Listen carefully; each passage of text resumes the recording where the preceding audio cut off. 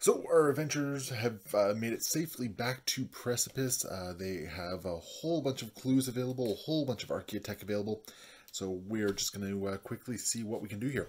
Now the very first step is we have to figure out what our legacy is going to be. So I've already done some shuffling on it, but I'm just going to do a couple splits here of the deck. Just because unfortunately I'm doing this one-handed. And we're going to find out the legacy we're looking at is just a countdown. So that's just one less legacy card we're going to be drawing over the next little while. And it just means we have less time to accomplish our goal of finding the hidden vault. So that's actually kind of good because I was a little worried we were going to see like Beastmen or Chaos Marines or something like that. So safe for now. Anyway, we do have our various places that we can go and check out what we have. So we're going to see what the Traveler has in store for us. So we have a Mind Lock Sigil, an Illusion Prison, and a Transference Key. So the Sigil is discard this card after a behavior roll is made for a hostile. You can change the roll to the roll of my choice. Okay, that's a discard. With the Illusion Prism, discard the card after a behavior roll is made for the hostile that is visible to this explorer. The hostile treats all other hostiles as explorers when it carries out that action. That one's kind of neat. And Transference, discard. Transference 1+, pick up another explorer visible to this explorer, or a hostile that is visible to the explorer and in a hex with no other hostiles, and swap. Okay, that's kind of cool. Let's see here. Let's see what we got for the Vanguard. We got a Mamorph Tuskblade for 1, which is discard, pick a hostile that is adjacent and visible that suffers 1 wound. The Yokero Weapon Enhancement, exhaust the card to reroll a failed attack roll for the explorer. And Hellfire Shells. Discard this card before making an attack roll for the explorer. Make the attack roll normally, and then make attack rolls with the same weapon against all other hostiles in the same hex or adjacent hex. Not too bad. Seeker Omicron. We have the Mirror Shield for 3, which is exhaust when hostiles make an attack. If a critical success is rolled for this explorer's defense roll, instead of negating the wound or grievous wound, it is applied to the attacking hostile instead. Okay, roll the Blackstone die each time this card is exhausted. On 1/5, discard this card. So that is a pretty powerful effect there. We have the Atomic Separator, which is a discard on a 4+ cutting beam. Take a move action with this explorer. They can move through all wall hex sides as part of this move. And we have the Cyber Altered Task Unit. Exhaust this card when an encounter card is drawn that has a twist. The special rule on the card does not apply for the duration of this combat. Then roll the Blackstone die on a 1 to 10, discard this card. I like that. The twists have been kind of difficult for me.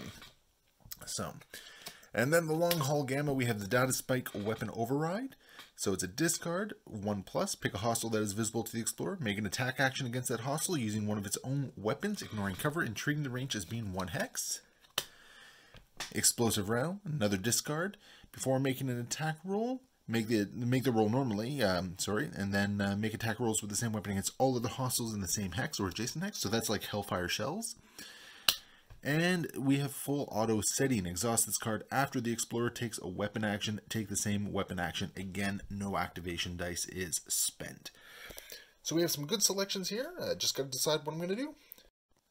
I think what we're going to do is we're going to start with Rain and Rouse, and we're going to put them on the Long Haul Gamma here.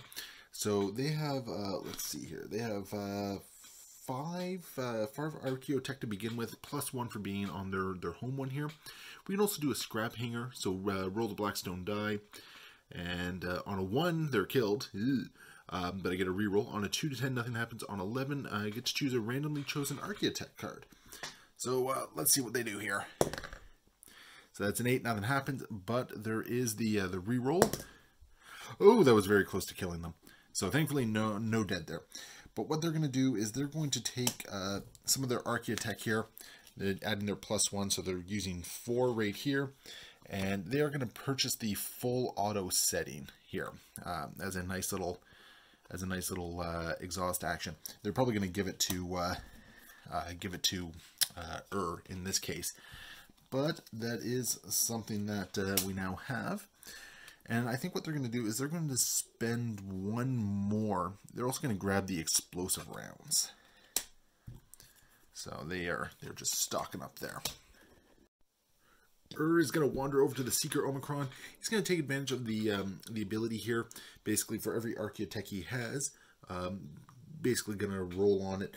On a 1 to 3, it's useless. On a 4 to 5, nothing. Or I shuffle the card back into the discovery deck. Oh, sorry, it's useless, and I shuffle back down. 4 to 15, nothing happens. On a 16 plus, it's a lost relic, and I can draw something from the Secret Omicron resource deck. 3, so it is worthless. So he has lost it, unfortunately. It was just a 1 piece of Architect, but that means has nothing to spend. Esper Locarno is going to go to his own ship on the Traveler, and he's got 4 base to spend. So I think what he is going to do is he's going to spend 3 of it to purchase the Illusion Prism, and I think he is going to choose, like, let's see, they'll take the 2 card out of the draw for him. So he's got 2 left. And I think he's going to spend 1 of the 1 Architects plus 1 for being on his home ship and get a transference key as well. And that will be Esper Locarno. Which leaves Janice Drake going on to the Vanguard, and he is going to spend some of his Architect here. He doesn't have as much as the others here. He's going to spend these 2 here, and he's going to grab the Yokero Weapon Enhancement. But he's got to be careful because he's quickly running out of space here.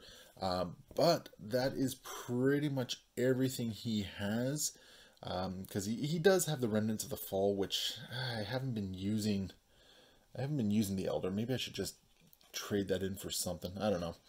I think we're good at the moment. So I think that is everything. So that is going to end the trading step. So they're going to do a little bit of moving around. We're going to put the full auto settings and the explosive round onto here. But aside from that, everyone is happy with what they got. So let's find out the next step. So we are going to cash in 4 clues here, and we are going to make a run for the for one of the strongholds here.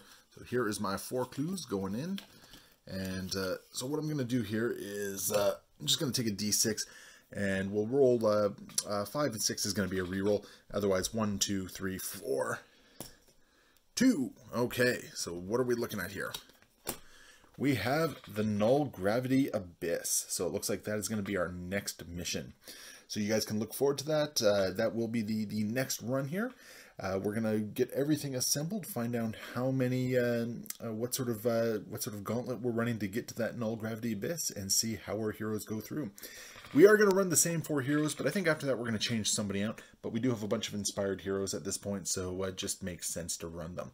So let's see how our explorers do as they continue their journey to find the hidden vault. Thank you so much for watching. Leave your comments below. Be sure to like and subscribe, and always we will see you next time. Happy wargaming.